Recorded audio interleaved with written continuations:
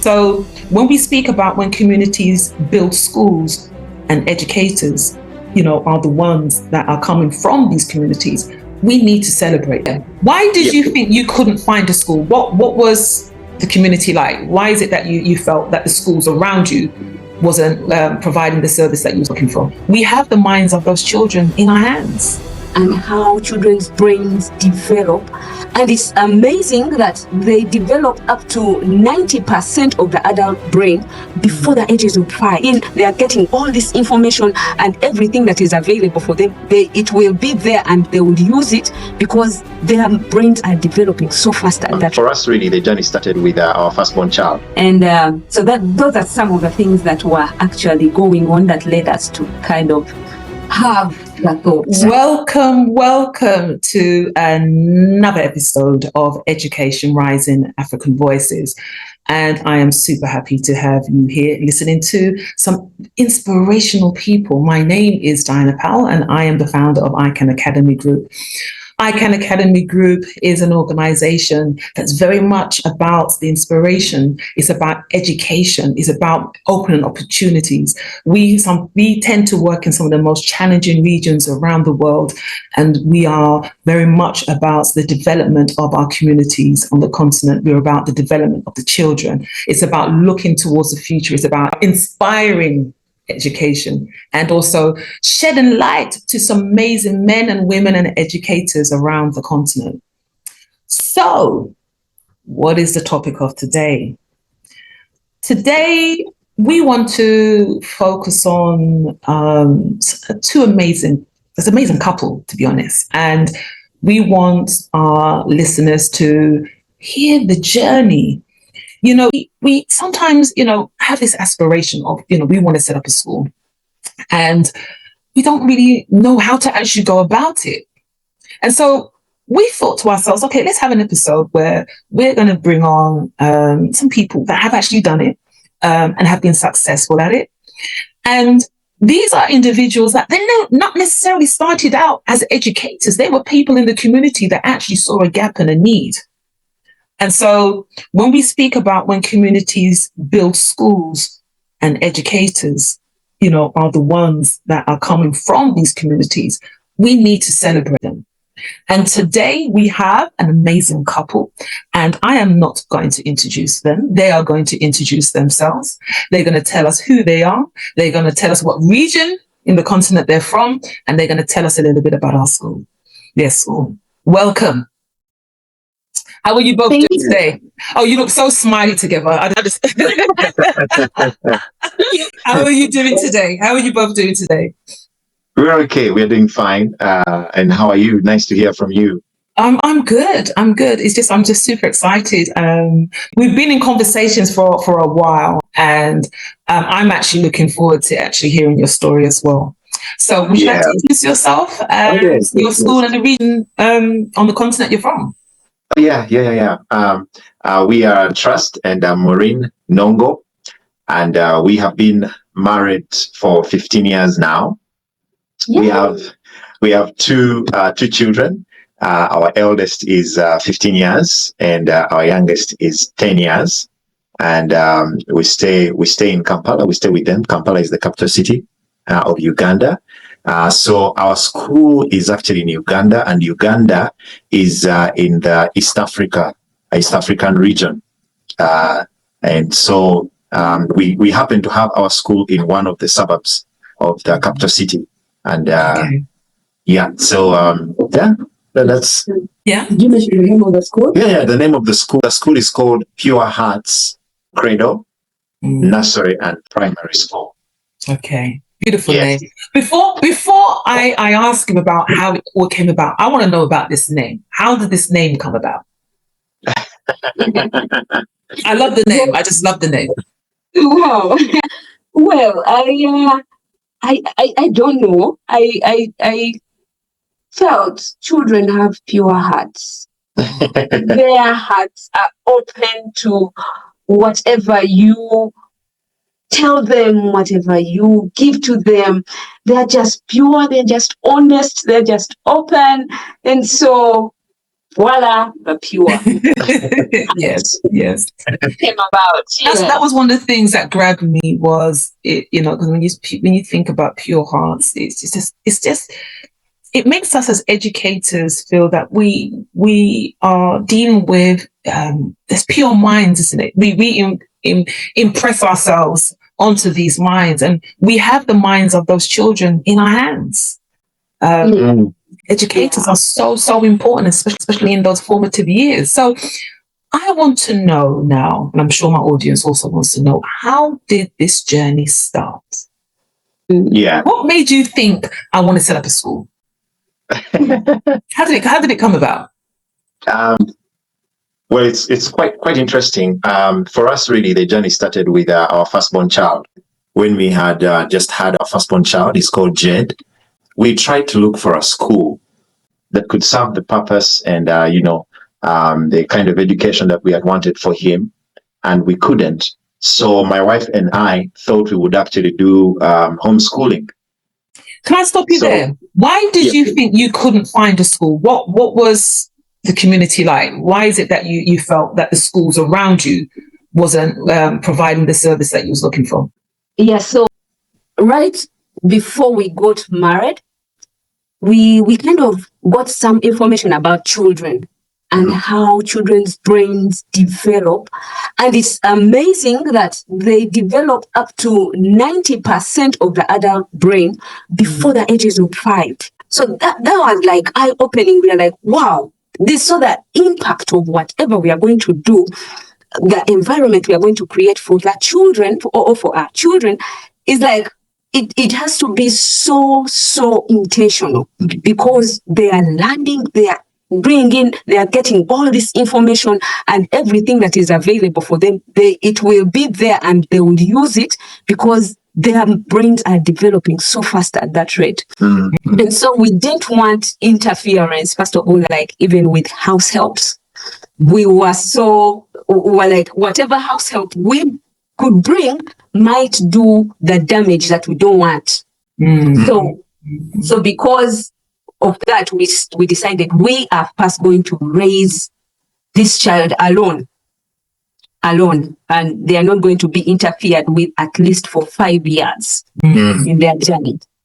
So because of that, and one other reason, there are so many actually. When I was where I was working, as right next to a school, a kindergarten. Yeah. Kindergarten, it had nursery up to like P3. So they would have activities. I would literally hear what would be going on in their classes. And of course the teachers would be abusive. They would demoralize them. And whatever they would tell them, you would hear the children cry, the words would be so bad. The punishments that were given to them were not good. No punishment is good. The punishments were, they were way big. Even like the ones they used to give us when we were young in school, like kneel down, lift up your hands and put up big stones, and you're up like that with big stones. And like, it was devastating. It was frightening. And I would hear them. I would hear those things go on in the classes. And so I was like, no, even when I'm looking for a school, I can't look for this school. But I'm like, I was imagining how many schools are like that. And that is not the kind of school I would want for my children.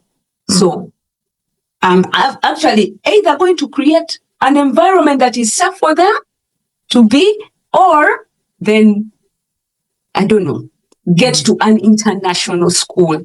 Because now, in Uganda, it would be the international schools that would have those kind of facilities.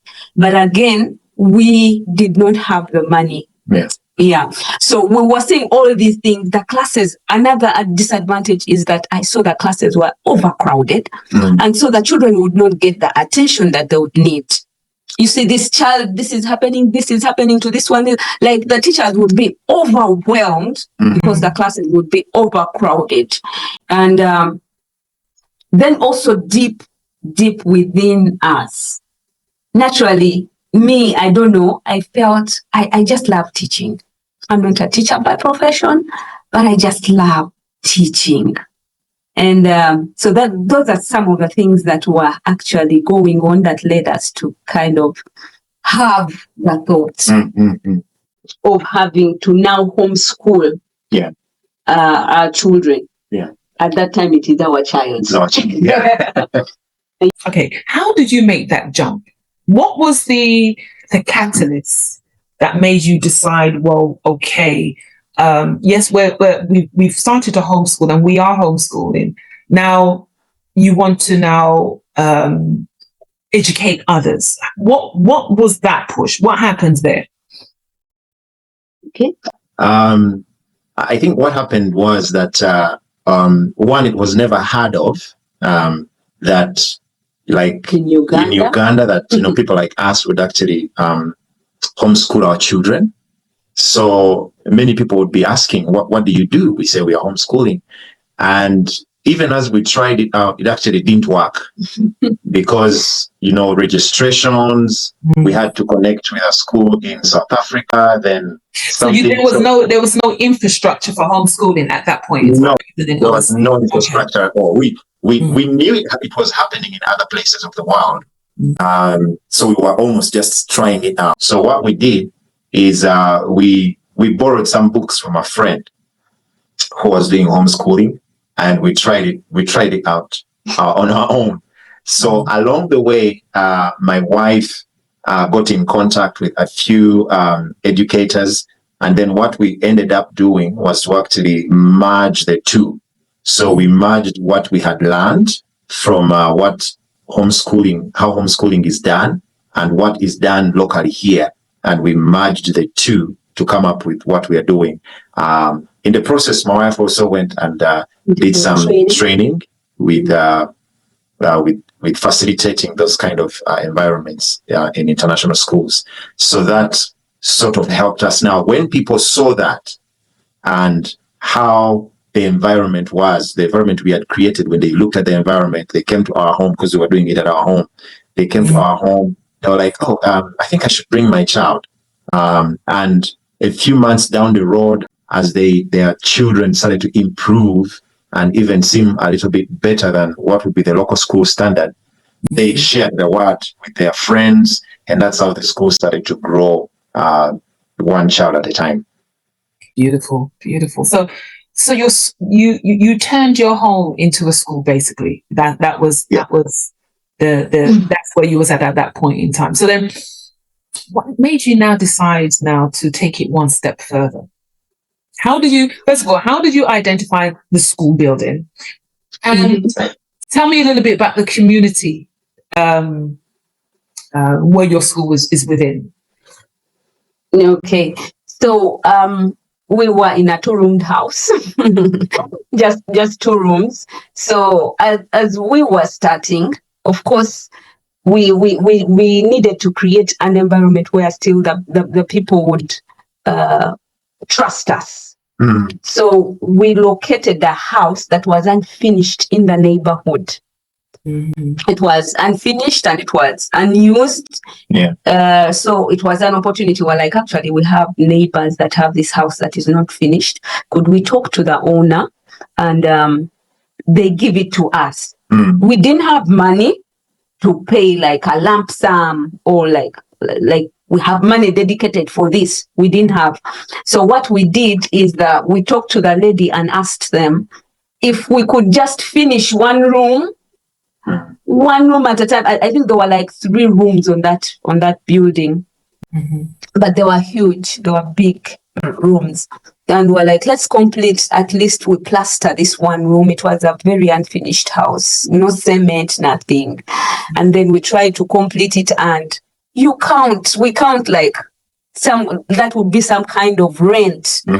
And maybe that whatever we calculate, if you would give us at a very low price so that we can calculate and say maybe we paid 3 months rent or 4 months rent. So that's how we were able to do it, but we didn't have the money. We didn't have desks. We started our church nearby that we were attending gave us benches. So they were upgrading from benches in their Sunday school and had bought chairs for their Sunday school, so they wanted to throw away the benches. And luckily enough, that is the time we needed the benches. Like when they gave them to us, we were like, wow, benches. So we saw these benches as desks. So we started cutting them into pieces. And he can literally do everything. He's a carpenter, he's a plumber, he's a mechanic, he's an electrician. I was going to say, because you must have been jack of all trades at this point now. You was the principal, the builder, the janitor, you was everything now. Everything. So he got, and we cut them and made desks. Small desks. Even the tables right now we have at school, he makes them. Like, he just assembles. We just buy the material, and then he just puts things together. We started. We started, and though about that, when I remember when we bought a uniform for our son, everyone was like, "Wow, that uniform is good. Where is that school?" We're like, "It's in the neighborhood there." So now when they started to see what other children now were doing, that were coming, that the impact was so great. Yeah. I want to take a step back. So how long did it take for you to make that transition from homeschooling to the school to the opening of your school? What duration are we talking about here? I want our audience to understand the work that went, and the dedication that went into this. Because you make it sound so easy, I'm sorry. Right? But I want to hear about some of the challenges, because you're building a school here. And, you have also a family, and you have a young family. But what made you have that motivation to overcome some of those challenges to get your school up and running? This is Education Rising African Voices, and we are talking about when community builds schools and education without borders. And we have our guest here, Trust and Maureen, who's just sharing some inspirational, their inspirational journey. So we have them back, and so I want you to talk about some of the challenges. I know you spoke about the benches, and because, I'm assuming that, you have your family as well, and you're building a school, and you're working. How did you manage, and you got small children, how did you manage to keep everything moving while you built your school? Yeah. So, of course, some of the challenges we faced were not having our own place. So in the first, I remember, like in the first year, it was after actually 2 years, we had to shift. Yeah. Because now the school had grown. How many children do you have by this time? How many children do you have? By that time, we had about 2, though we're in 30s. 30. About 35. 35. You started opening with 35, or you progressed to 35? No, we progressed. Now that is 2 years. It's 2 years in now. Okay. Yeah, 2 years in now, and we're about 35. And now, because of the word going, I don't know, in the community, somehow that place became small. Not really so small, but she wanted to increase the rent. Oh, I see. And okay. Yeah, because she's seeing we are growing, and so she's imagining we have money, that we are also growing financially. But financially, of course, we are struggling. At that point, I used to work and then we put our money together and then put it in the school to run it, because we just had to put money to pay the teachers. Whatever was the children, whatever they were paying was nothing really that could do anything apart from maybe buy some food here and there. So we had to put in our money, and that alone was a challenge, because I was not on ground. and neither was my husband because he was also working somewhere else. And so I know it's a mistake that we learned the hard way, that no one can run your business. No one can run the day before you. Exactly. Right. So they were doing, the teachers started doing weird things when you're not around. Of course, they would do whatever they would want. I remember a story. This story, I'll never forget. One of the children, the parents of this child came to me and told me, my child no longer wants to come to school. And I asked, why? It's because this teacher told them to undress before the class just to embarrass the child. Like the child had either not done their work or they had done something, but to embarrass the child, the teacher told the child, you undress before the class.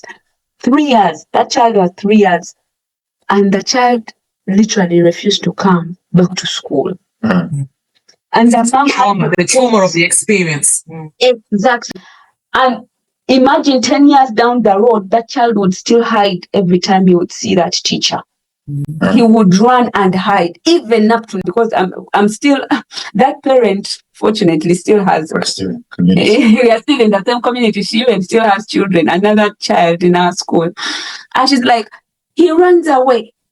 Right now the child is a teenager, way beyond 15 years and above. And he still runs away from that teacher. When he sees that teacher, she no longer is with us, but that's trauma. No one can run your thing the way you would handle it. Mm-hmm. So all those things, I didn't know how to maneuver through, but it meant I had to leave my job and come and be available. Now that meant resources being cut some more. And so now even the little that was able to pay the teachers, now we could not pay the teachers. Yeah. So at the end of the term, the teachers are demanding. We had about 4 teachers. Mm-hmm. They'll demand. There's no money to pay them. What I would do in the past before, I could not, because this teacher was a threat. So she had to leave. She had to leave because of what she had done and the commotion. Then she had told parents. This headmistress like she went behind my wife, and she told the parents in the community that since my wife is not in the school, then they shouldn't take their children there. Yeah. So in the period of about, I think, 3-4 months, we lost almost half of the parents. Yeah. So we are just explaining all those challenges that were happening, and it's interesting. It's interesting. I was going to say it's interesting you're saying, because you're in the community. You have a standing in the community now. Mm-hmm. And where I was going to go with this is, what was the impact of the school within the community? And you started to give me some of the examples now. Mm-hmm. Makes you really think how important the school is, isn't it? Yes. And so I think we were talking about the problem. So that shifting. So we had to, because now when I joined the school, people started like now full time in the school. Yeah. The parents started trusting us again. Okay, so the school grew in that span, and we are now at about 35 children. And then the rent, they just tell us they are shooting up our rent, and of course we knew we could not manage it. And so now we had to shift and leave that place and go to another place. And we didn't know, and it had to be like that this holiday of December and January, it's just like 2 months. And so we had to shift in December, get a place in January, and then start all over again. So we had to start from, and it was a huge challenge. We had moved to another place. We had to move to another place. And most parents couldn't afford bringing their children to that place. We had to look for new parents and new children to join the school. It was challenging. So you literally had to start all over again. Literally, did you lose more children within the move? Yes, we did. And so but we still retained some who we would like move in a van and take to school and back. But the distance was about how many kilometers? About 10 kilometers. Yes. Yeah, away from the place. And so then again, we had to move from that place because it didn't work out. Yeah. And come back. Now we found now where we are right now. We found a place, but before we failed to find it. It wasn't within the location we were in. So when we shifted back, now that was another trouble. I want to know, it's one thing, to be husband and wife in a relationship and everything else that comes with it. What is it like to now to be business partners? Was there much difference in terms of the roles and responsibilities? Was it easier? Is it harder? Business partners and relationships. Yeah. Well, I think like for me especially, like how I get more involved is when I started to see the need. Like when there was work that needed to be done at the school, and of course the school can't afford a plumber or can't afford a carpenter. That's when I started coming in and start to be more available with my free time. But then later on, I started to see that our teachers needed some help. Now, both my wife and I, we also help in helping in training parents on parenting, married couples. So I felt that I needed to help the teachers on how to help deal with the children. So that also came in as like my role in helping the teacher, creating opportunities for them to learn a few things.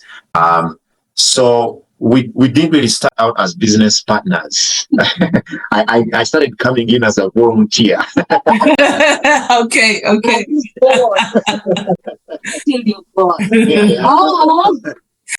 So first you would call on me and say, "Oh, honey, we have a broken, this is broken. Do you have some time to fix it?" And then I'll put some time. Then after a while, I was like, I think we need to meet the teachers on a weekly basis. I have this free time. Can we create the time? Then I started to come in like that. And then before you know it, I started to pick up a few classes to teach. And here we are. So, you're now in the space you are now. How long have you been at this school now? Your present location? How long have you been here? Yeah, the present location. How have we? How long? Oh, how long? Since 2016. That is how. Almost 9 years. Yeah. 9 years. So tell me a little bit about the school now. Okay. What's the age group? What's the curriculum? Tell me a little bit about the school. Okay. So the school right now, we have what we call the nursery section and the primary section. It has grown up to the last level of primary section, that is P7. And the nursery, we do basically phonics. That is the curriculum we use for them to learn how to read independently. By the time they're in the system, 2 years in the system, they know how to read independently, and they're fluent by the time they make 3 years in the whole system. We blend our national curriculum with the local, with the international one. Yes, so we don't purely do the local one. We get the strength. We felt there are some strong areas where the local curriculum is good and it is really strong in those areas. So we maintain those ones. And then we got from the international curriculum as well, and then just blended them. And it is so beautiful. So that's what we use. Yeah. So what is a typical day for you at school? What is a typical day? Children, what time do they come? Do they have assembly? What's a typical day?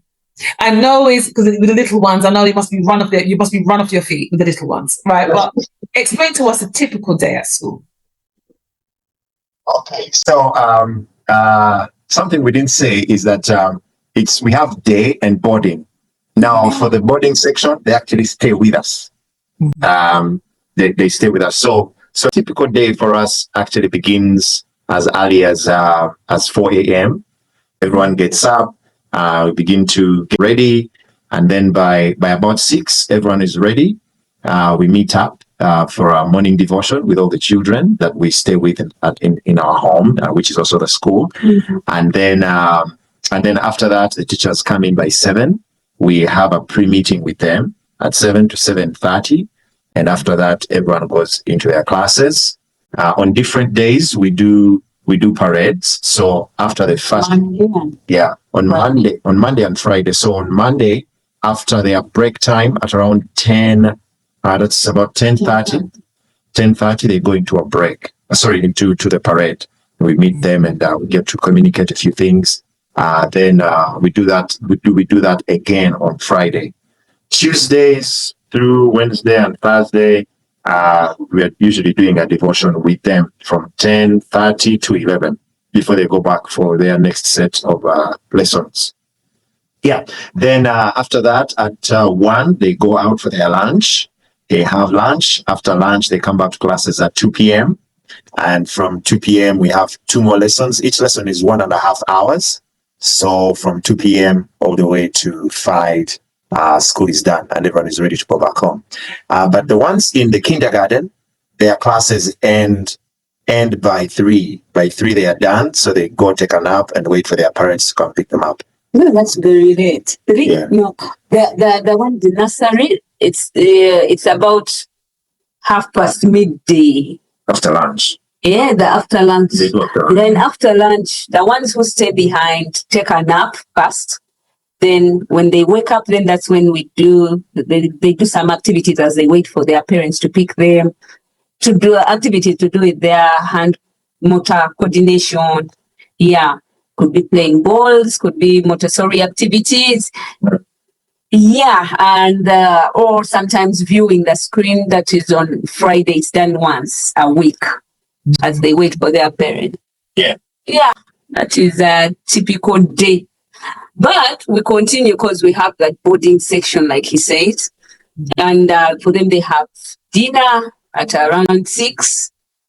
By 6, they have all showered. 5, everything is done. They've cleaned up. They've gone showered. And then at 6, they have dinner. And then at about 6:30, 6:45 or 7, they go in for their prep for 1 hour or 1.5 hours. And then we get into our devotion again. And then lights are off at 9. You have a very long day. How do you pack it all in? From sun up to sun down. How do you both pack it all in? How do you both keep yourself motivated? That's what I want to know. How do you both keep yourself motivated? No, I think being able to see like the children see how they're improving every now and then. Not just academically, but even morally. I think that keeps us motivated, wanting to go another day. But also during the day, we have about 1.5 hours where we are not teaching, so we have some time to just relax a bit, catch a break. Catch a break. We have to run around and play with them. On some days, it's also there. Yeah. But it's good. It's good. Like when the connection, how they come out socially and how they relate with us and how they tell us their issues, their emotions, what's going on. Like it's really so.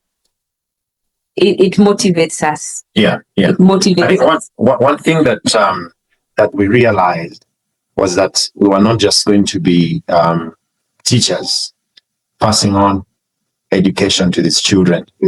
Because of the community where we are, There's a little bit of slum. Then we have middle class.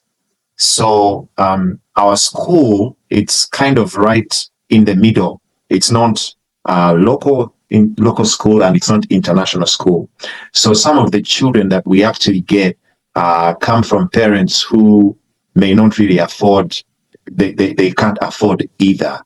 And so they end up coming to our school. And because, again, we are people in the community, we are very well known, although it's a bit of a challenge. But, when people trust you with their children, we kind of begin to seem as if we are the other parents that they have. And so we end up taking on a little bit of that role of being parents over these children's lives. Yeah. It's interesting you touched on that element. And as we are all here as educators, there is, there's more to just teaching in the classroom, isn't it? To some of these children, you become a mother, an auntie, a grandmother, and the well-being of these children for us is central. And that's why it's interesting when you picked up on that young child and the trauma, because a lot of the challenges we have as adults, and also a lot of the wonderful memories are coming from it. So we as educators, we spend a lot of time with children. And we see the changes, don't we? Yes. And especially when you see them from the little ones coming through to primary school. I'm sure you've seen a lot of changes. Give me some examples of the kind of changes you've seen in children that's been at your school. What type of development have you seen? In one area specifically that I have seen is some children come in and they have trauma from home, and somehow you may not be able to identify it, but you realize that the child is is not fully available in the class, and sometimes they are withdrawn. And what we've trained ourselves to do is to look at these children outside of the classroom and begin to understand what's going on. And for some children, we've actually had to maybe call up the parents or visit up their homes. And I think that there's this one particular child who was brought, and my wife knows the story. The child was about 5 years, but couldn't eat by himself. And that's a bit rare, especially with the way that we run the school. At 5 years, no one is feeding. Everyone feeds themselves. But after my wife had dealt with the child, gone back home, seen what was going on, we decided to help the child. So by around, I think, his second term, or by the end of the year, he had actually transformed at school and also transformed at home. And sometimes they would actually call up my wife when he was misbehaving, and my wife would have to go to the home and speak to him, because at this time he had more respect for my wife, and like heeding my wife's words and obeying and following through. And so we thought, wow, that was quite some change there. Yeah, for me, seeing children come and sometimes they don't even know how to articulate words. Yeah. They can't say cup, up, and now we have them come and all they know is their mother tongue. Yeah. And they can't even say the word cup, and they only know one language, which we don't understand sometimes. Like they could be coming from the north, or from another country, and they don't know any other language. And then for me, it is so amazing how these children, in just 3 months, they are able to speak English, they are able to write, they are able to, with this curriculum, because for us, it took us ages. To, we would reach P4, P5, and we still didn't know spellings. We didn't know what we were doing. In the national curriculum, we didn't know what we were doing. Now a child at 3 years, they spend with us 3 months, and they are able to speak the way they speak, express themselves in English. By the time it's a year, they are able to read, write, express themselves. That is amazing. The impact is so big. And it is so big that the impact of what happens at school into the community is so big that people wonder, because at around, first our daughter started reading at the age of 2 years. They are able to look at them and bring others. They're like, could you please do the magic you're doing in this child, in my child's life? Yes. And we are like, wow, this is so good. No, we had a parent that brought in their child. The child was about, how old was Heavens? He was probably about 4 or 5 years. Oh, yeah. And all he knew how to speak was Luganda. Luganda is one of the main languages here. So when he came to us into our environment, of course, it was English based. He learned how to speak English. And in about a year, he stopped talking to his mother in Luganda. He was speaking to the mother in English. So some parents are, I should say, like, they are also afraid now to talk to their children because their children have totally changed. And so they are like, we also need to come and learn some English, because now our children are speaking English all the time. Yeah, so I think that when we see that happen and the parents are able to testify and say, hey, from the time I brought my child, I've been seeing them grow, I've been seeing them improve. I think that's really encouraging. Wonderful. And for those who are listening today, sorry, Maureen. Sorry, I just want to welcome those of you who are coming in and listening to today's conversation with Maureen and Trust Nongo of Pure Heart School. It's so wonderful listening to your inspirational journey. And those who are listening, this is Education Rising, African Voices of the Future. And we will continue this conversation. You've touched on a few things, Maureen. I'm sorry to interject. But you've touched a lot on the relationships you have, not just with the children, but with parents. And you're doing some fantastic work in your school. And, you've given, a lot of examples of how children have developed and how they've increased their confidence and just engaging with society, with other children, and even with their parents. But what happens when they go home? So the point I'm coming with this now is, as a school in the heart of your community, I'm assuming that a lot of your children come from your community. Yeah. So when we're talking about education now, we're also talking about the continuation when they go home. I'm assuming they have homework or activities and so forth. Or you engage with parents and the parents are involved. So how important is it for you also to have that buy-in or engagement with the parents in relation to the development of your students? Yeah, we because of the community that we're in and the parents that come to our school, or I should say that a good number of them are illiterate, like they've not been to school. So helping their children is almost hard, if not in some cases it's impossible, because the parent themselves actually have never gone to school. So it's a little bit of a challenge. However, once in a while we bring the parents in and give them some little skills, especially with the little ones, that is in the kindergarten. We bring in the parents and we try to teach them some 2 or 3 phonics and let them know what the children are doing. And then also we help them see how much time they need to give to their children, especially when there is homework. Because again, because of the community, some children go back home and there's a lot of housework to do. And so from school, the child goes back home and he or she is actually busy up to time to sleep. So somehow we engage with the parents, we let them know, we say, hey, some of these activities in the afternoon, in the evening, You may want to skip them or see how you can do them in the day so that when the child comes back, they have some time to rest and they also have some time to carry on with some of the homework that they have.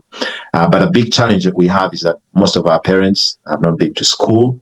So they call us up. They say, you get my child homework, but I don't know what it means. I don't know how to help them. So how do you encourage them parents to get more involved in their children's education?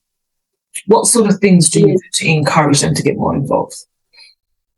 Yeah, so those parents, we, like he says, every time we have something for them where we invite them and we train them, we give them a few skills. They might not know everything, especially for the kindergarten, because now everything is new. Even those that actually went to school, it's different. It's From what they learned. So they come and they're like, that child is sounding, doing actions, and I don't understand.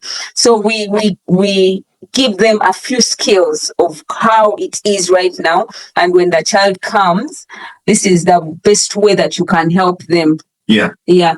Of course, this challenge might never go away, where some parents are very busy for their children. Oh yeah. They're not there because they want to look for money, and that's the excuse they're giving. But again, it's not an excuse, because you really see some parents, she's the mother, she's the father, and she has to work. Yes, so it's a challenge. It is harder to even actually get them to have these trainings, because for them, they are always busy looking for money. There we shall always have a gap, but we have also trained these children to be able to be independent when they are doing this work. So when they understand it at home, at school, at home, it's just a repetition. And with repetition, they become better. With repetition, they become better. So we've just had to equip them that way. Yeah, but now and then we have the parents, we send some, we have a parents group, we send some information there. This is what you can do. Yeah, a little nuggets of those that can read. Yes, so that they can do something with their children that is intentional. Yes.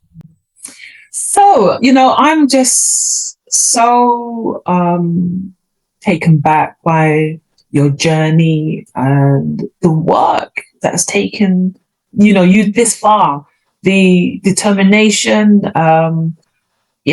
the courage to get to this stage, and even though, you've had a lot of challenges, you kept it moving to the point now you have a thriving school. You have a sustainable school, you have parents' involvement. So I'm going to ask you both, what is the plan for the future? What is your big picture for your school? If you could see yourself, say, 5-10 years down the line, what would your school look like? What activities would you have? What would you be doing in the community? Wow. 10 years. 10 years. Wow. I've been trying to think, and I'm like, I don't even want to limit the picture that is in my head. Like, I want to see a very big school with infrastructure that is sustainable, with children that are rich. What I mean are rich, are smart children that are confident, children that have been taught by the best. Because when teachers are equipped, they transform the lives of these children. Like we said, how their brains just develop, whatever. Like a teacher can become almost an idol to children. Those are the reports we get. Like a parent can tell you, my child has refused to do this because the teacher said, I do it like this, I write it like this. So if we have equipped teachers, I'm looking at our school has been equipped with the best knowledge, the best investment in the teachers themselves. Yeah. Yes. Yeah. And then we reach out to our community. Yeah. These children are going to be unstoppable. They're going to be the smartest children our community in Uganda could ever have anywhere they go. Yeah, so I envision it is good. It is a big, very rich. When I say rich, it is rich with children that are resourceful. It's rich with resource. And the children are also envisioning themselves to be teachers. When I was growing up, I was like, I never want to be a teacher because our teachers would demean us. Yeah. They would look down on us. They would disrespect us. But now you ask children and they're like, I want to be a teacher when I grow up. And that is so satisfying. There's a note one of our children wrote to us. I was like, I'll take a picture and show you. And I was reading this note as I was just teary. I couldn't believe. She's like, the impact you've done, the good work, the investment. It's not for nothing, you know. And so I just envision a school that is resourceful, and these children, they wake up wanting to go to school, wanting to go to class, wanting to become the future educators. Yeah. And how impactful that would be for our generation. That's wonderful. And you know what it is? I'm listening here to you both, and I can just hear the passion in your voice. I could, as true educators, I can see you just love what you do. I know you both have some initiatives running or to be running soon. Yes? Do you want to share with your audience some of your initiatives that we're not looking 10 years, we're looking out in the present now. What kind of initiatives have you got running right now? Well, that's a good one. Tell us about your teachers. The teachers. I think my wife should be able to tell us about the teachers. We have a mix of them. I think we have some that are trained as teachers, about 2 of them, and then the other like 6. About 6 of them.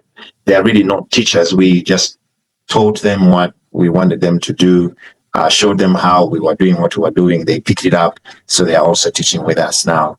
And I think one of them picked interest in becoming a teacher, right? So the initiative right now is training teachers. Right now, as we work with IKAN Academy to have teachers equipped, teachers trained. This is one of them. Yeah, that's one of them. I'm trying to think about the other one. I can't get it. But one of the things that's really been on my heart is to, especially being a third, developing country, much of the dropout from school happens after P7, which is the primary level that we are dealing with. And sometimes that happens because... So just for audience, when you say P7, what age group are we talking about here? We are talking about, that's about 12. So 12 would be the last age bracket that we deal with, that we teach. So around that age, people drop out of school. Most children drop out of school. They end up on the streets. They just don't continue on. So I would love that whatever we do on a daily basis brings hope. It brings a bit of there is something more in these children's lives, so that even after they've gone out of our school, they are moving forward. They are not giving up on education. They are not giving up on life. So I think for me, that is where my mind is. And so everything that I am doing currently, I'm thinking about that. How can we do this? How can we put more hope as we teach them, as we give them what we need to give them here? But how can we also impact more hope in them for the future? Yeah. Another one is really like bridging our education system. Our education system has been so much on job seeking, seek for jobs. So when the children are out of school, even if they dropped out of school in P7,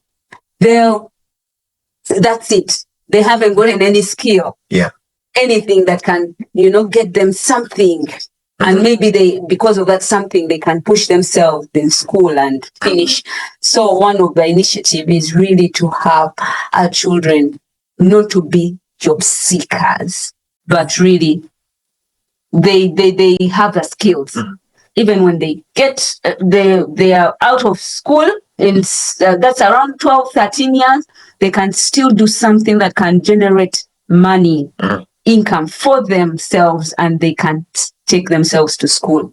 I remember you did something as you were working, as you're growing up, you were telling me a story. And you challenged me. I'm like, wow, our son is right now 15 years, but I doubt he could do the things you were doing at that age.